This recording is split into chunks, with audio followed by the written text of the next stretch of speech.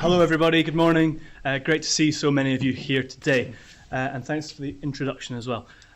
So I'm briefly going to talk about our new solar certification scheme for solar rooftops.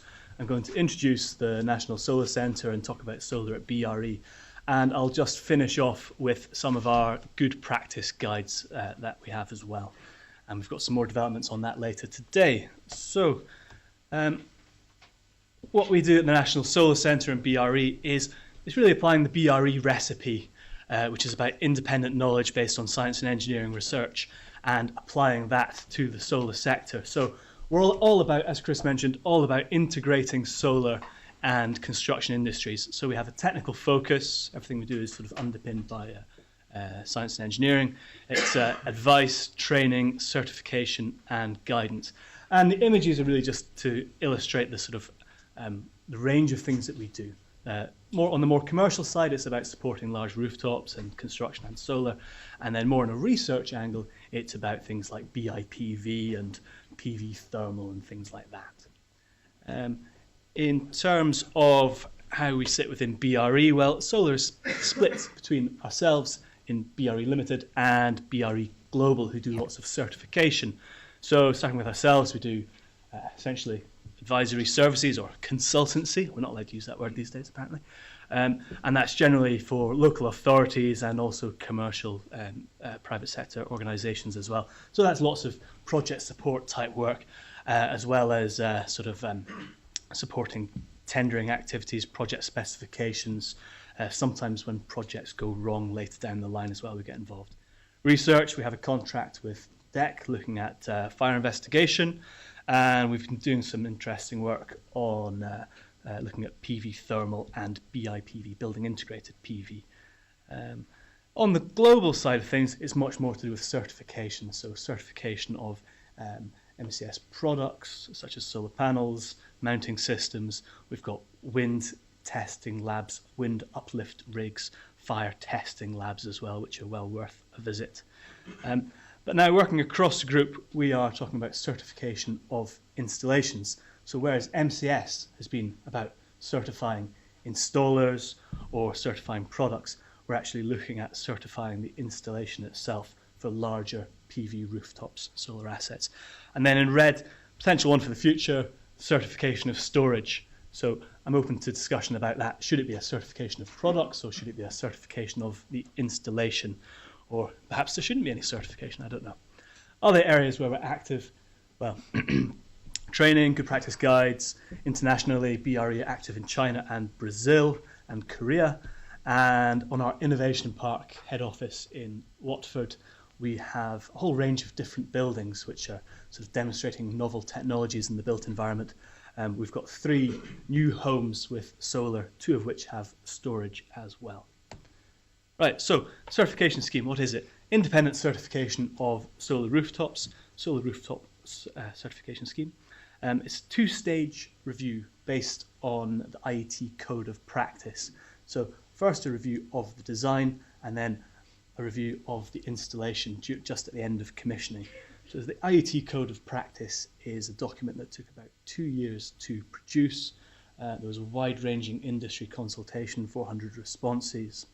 And we were helped chair the group and we're completely involved in that. The output of our certification scheme building on this document is a single certificate, pass-fail, and an online listing, Green Book Live. And I'll come back to this in a moment. It's a voluntary scheme, so essentially it's about supporting technical due diligence, that process. The scope is projects larger than 50 kilowatts. There is a small cost involved, so there's a sort of we're testing it in the market to see at which point it becomes cost effective. I think projects above 100 kilowatts, it makes absolute perfect sense and it will be very cost competitive as well. We include a lot of internal and external checks as well. I'll come back to that. So the formatting has gone a little bit awry, but the benefits for end users and investors, well, it's all about installation quality. It's about reliable systems that are going to perform, providing confidence in the system. The process involves O&M assessments in year 1 and year 2. and it's all about adding investment value. So it's an independent certification of the solar asset. This has been installed to minimum performance standards, which are quite a high bar in the first place, and it will add investment value on that basis. And sort of wider benefits, well, selling into construction, both the BRE and IT brands are well recognised by end clients. And then there's a process of independent verification with BRE Global. BRE Global in turn are accredited by the UK Accreditation Service. So there are sort of checks and balances all the way through the process. From next year, we will have credits available in BREEAM, the BRE Environmental Assessment Method for buildings. So that's any rooftop which is certified by is certified by whoever will be eligible for an extra credit under BREEAM, in addition to the credits already available to solar for carbon and energy savings. And then all projects are listed on the Green Book Live, which I'll come back to later on. Benefits for the installer, well, it runs in parallel, but again, it's about having an independent assessment. It's about the installer being able to say, we're differentiating ourselves from our competition, standing out in a crowded market. Obviously, price is very important, but it's about avoiding a race to the bottom in terms of quality. We're in discussion with a number of installers, and I've got a couple of organisations which are signed up. I'll get to in a moment. What we're saying is, we have installers who are either saying yes, we're planning to do this for all of our projects, or perhaps to offer it as an optional extra to the client if that client wants the additional security and the additional independent assessment. This can be added in as an option. The process is as follows. Application to join the scheme. Really, we need engineering level drawings for this, number of roofs, the location, any project complexities such as storage, voltage optimization, diverters, and then there's a sort of project proposal and acceptance. And moving into a design appraisal, this goes into a little bit more detail in terms of the information required, and that's the first time at which our National Solar Centre colleagues get involved. Then we move on to the site stage. Again, the project will have developed by this step, and we will be looking for a little bit more information. There are some sort of pre-visit checks, of course, and then the time on site will vary depending on the size of the project. Anything from half a day for a 50 kilowatt roof or 100 kilowatt roof, up to perhaps 2.5 days for a 5 megawatt roof. Then there's a process of certification. Any non-conformities split into minors and majors, work our way through those with the team, the project team, and then that leads to a certificate. And then there's maintenance of that certification as well. It's valid for 3 years with annual checks as well at years 1 and 2. In terms of the process, well, we have what's called a scheme document, which is a public-facing description of the rooftop certification scheme. So scope and eligibility, it's about projects above 50 kilowatts, new build rooftops and solar car parks as well. And we can also look at existing assets. Technical requirements based on the IT code of practice, but we've actually relaxed the requirements in some areas. So, for example, DC interconnectors. We don't think the IT requirement is realistic because you need to have DC interconnectors of the same type.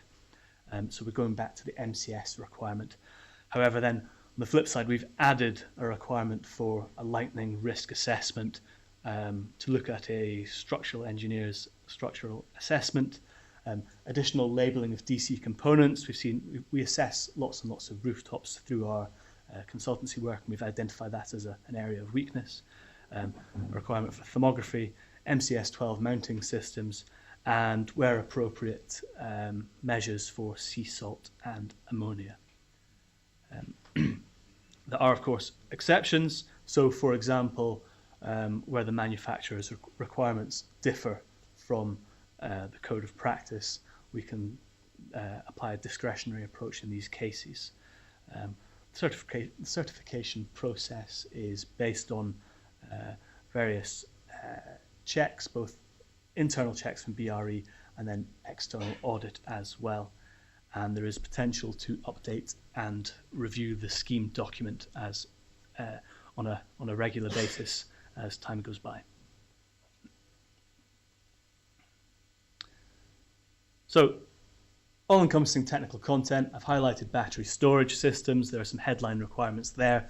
The IET are now working on an additional code of practice which goes into battery storage systems in a lot more detail. But it's a very comprehensive headline assessment of all of the technical requirements of a site. I'm here today for the rest of the day, and I've got two colleagues as well, Steve Pester at the front and John Holden at the back, who are happy to talk about these technical requirements in more detail and the scheme in more detail.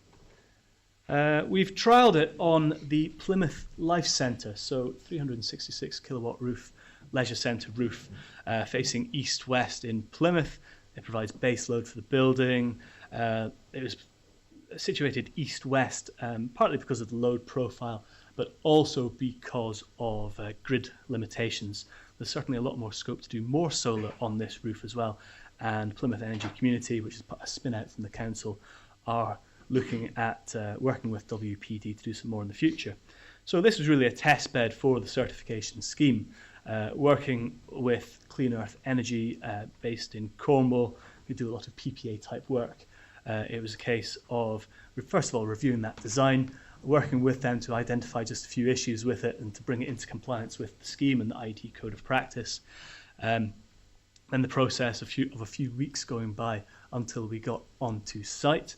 And in fact, I think the IET code of practice, when applied, there are some significant differences from MCS, but once those differences are put into the process, it is not sort of revolutionary. It's really an evolution of the standards that we've got in the industry, and it's about bringing work in line with international best practice.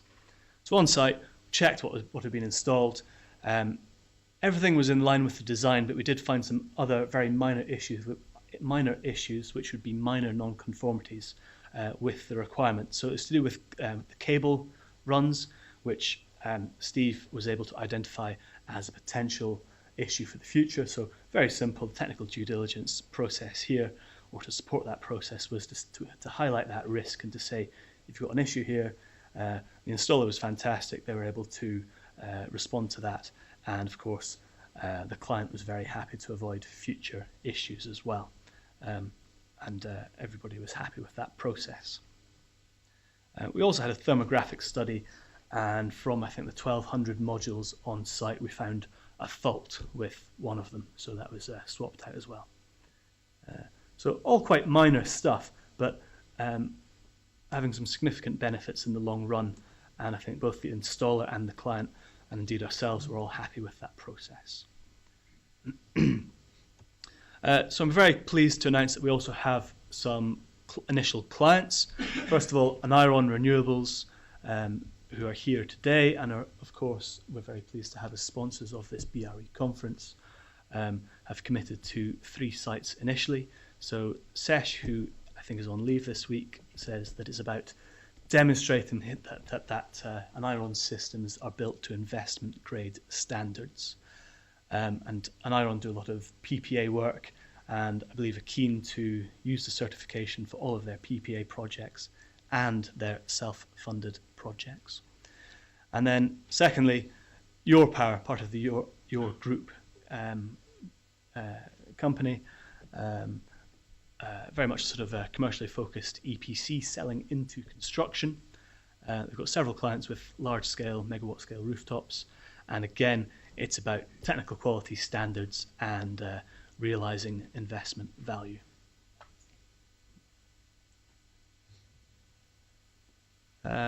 Just to talk very briefly about other BRE certification schemes. This is something which is sort of bread and butter to BRE. We do a lot of certification of a whole variety of different things in the built environment. So, for example, this is the Loss Prevention Certification Board.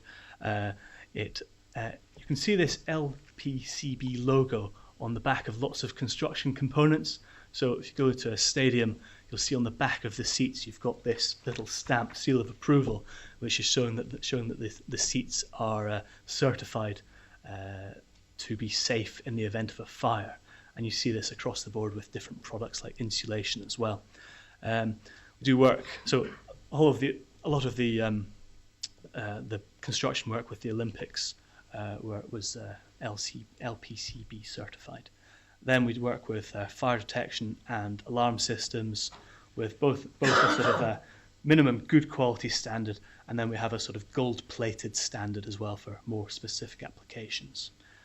Moving on, of course, there's BREEAM, I mentioned it earlier, over 1 million buildings certified internationally, globally, and it's been going for 25 years, and we do lots of work with ISO. Coming back to the Green Book Live, everything that's certified through the Solar Rooftop Certification Scheme will be listed on the Green Book Live.